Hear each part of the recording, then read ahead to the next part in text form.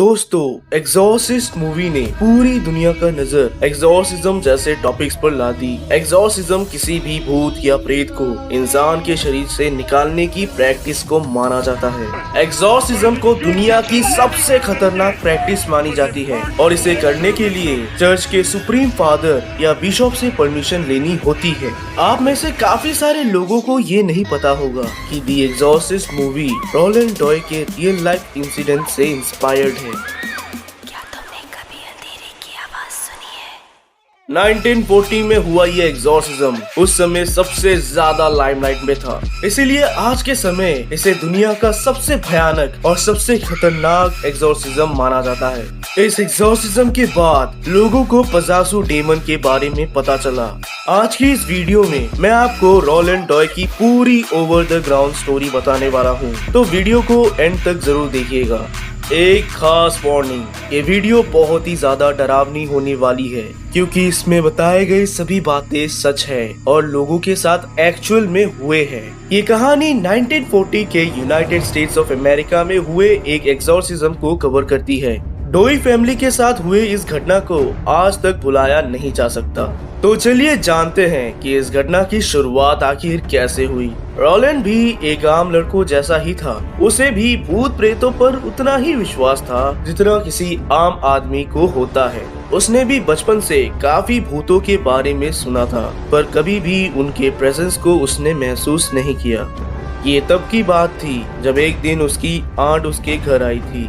Rowland की aunt को black magic, ghostly objects, इन सब चीजों में बहुत ज्यादा दिलचस्पी थी। उन्होंने इसी वजह से कुछ ही दिनों बाद एक ओइजा बोर्ड घर पे लाया। ओइजा बोर्ड लाने के बाद उन्होंने सबसे बड़ी गलती की उस बोर्ड को यूज करने की। उन्होंने ना तो एक ना दो बल्कि कई बार उस ओइजा बोर्ड का यूज किया। इसमें रोलैंड ने भी कई बार उनका साथ दिया था। उन्हें पता नहीं था कि वो अपनी जिंदगी के सबसे बुरे समय को बुला रहे हैं। कुछ दिनों बाद रोलैंड की आंट घर वापस लौट गई और पीछे छूट गया वो ओइजा बोर्ड। उनके घर जाने के बाद अगले 2 दिन उनकी तबीयत खराब रही और तीसरे ही दिन उनकी मौत हो गई। इसमें किसी ने ये नहीं सोचा कि ये डेथ ओइजा बोर्ड के कारण हुई है। सब ने इसे नॉर्मल डेथ समझा और बात को भुला दिया। पर यहाँ से कहानी स्टार्ट होती है दुनिया के सबसे खतरनाक एग्जॉर्सिज्म की। Oh my God! रोलैंड की आंट के मरने के बाद अब धीरे धीरे रोलैंड के साथ अजीब अजीब घटनाएं होना शुरू हो गई। रोलैंड को हर वक्त अपने प्रेजेंस में किसी और के होने का एहसास होता था। उसे लगता था कि हर वक्त कोई उसे घेर के खड़ा है।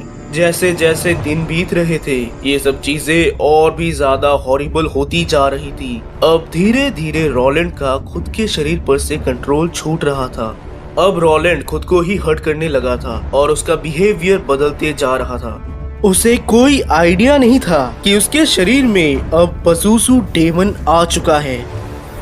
पजूसू डेमन मेसोपोटामियन रीजन का एक डेमोनिक गॉड है जो कि अपने डेमोनिक विंड से किसी को भी पोजेस कर सकता है। पजूसू डेमन को शैतानी हवा का राजा कहा जाता है और ऐसा कहते हैं कि जहाँ पर नेगेटिव एनर्जी हो वहाँ की हवा पे पजासू डेमन का ही कंट्रोल होता है। ओइजा बोर्ड के सहारे पजूसू डेमन रोलैंड के आंट के घर आया था, बट अनफॉर्चुनेटली रोलैंड के आंट के डेथ होने के बाद भी पजासू डेमन सेटिस्फाइड नहीं हुआ। उसने उसके बाद रोलैंड पर फीड करना शुरू किया, बट काफी लंबे समय तक रोलैंड को ये बात का अंदाजा भी नहीं था।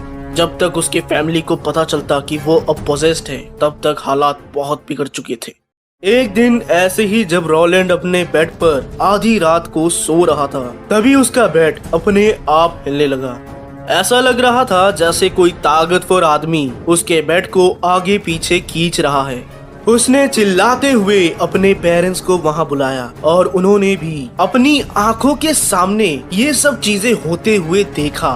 उसी समय वहां घर में काफी सारी चीजें अपने आप लेविटेट भी कर रही थी।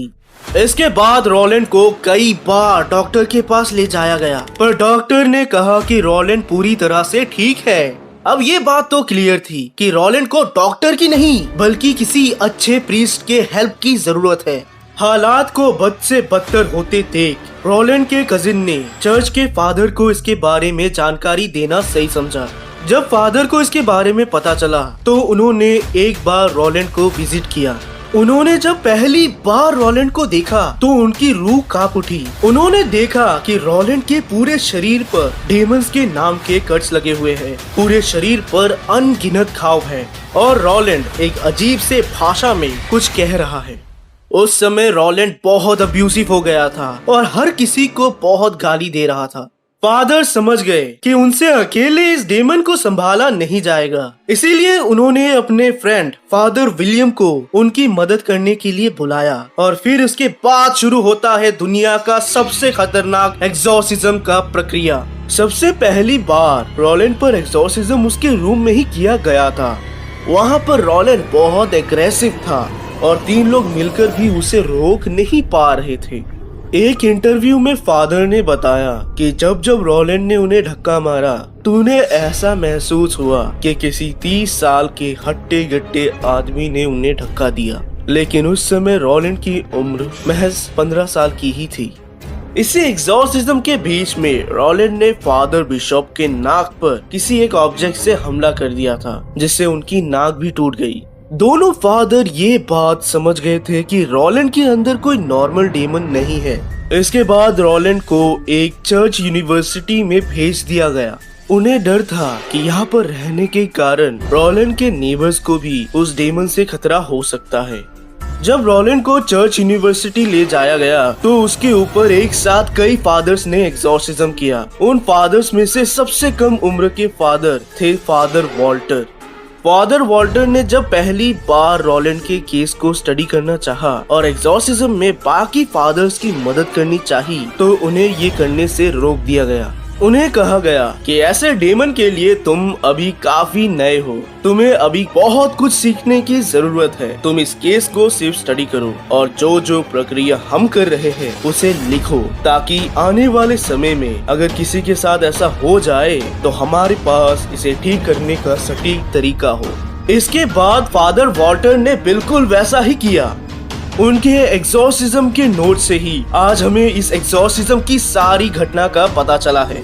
इस एग्जॉर्सिज्म को 48 लोगों ने अपनी आंखों से देखा था, जिसमें से 2005 में आखिरी फादर वॉल्टर भी मर गए, क्योंकि ये एग्जॉर्सिज्म काफी पहले हुआ था।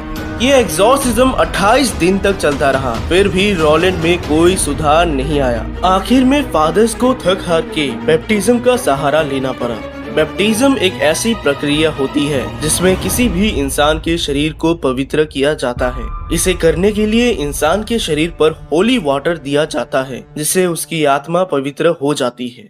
पर अगर किसी इंसान में बुरी आत्मा चली गई है तो उसके लिए उस इंसान के अंदर एक अच्छी आत्मा को भेजा जाता है। फादर्स ने बैप्टिज्म का सहारा लिया, जिसमें उन्होंने रोलैंड के अंदर एक अच्छी आत्मा भेज दी। लेकिन उसके बाद रोलैंड की तबीयत और बिगड़ने लगी।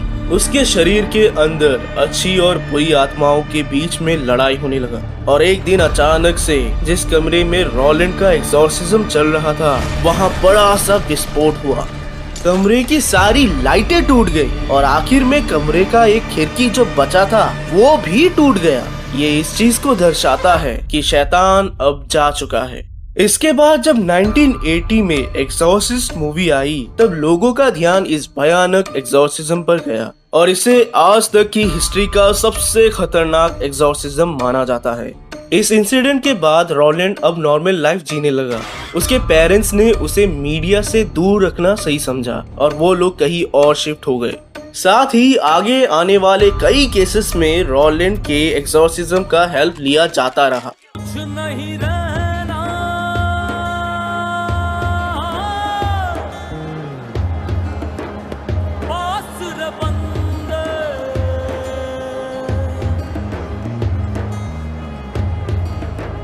जाना है खाली हाथ रे बंदे।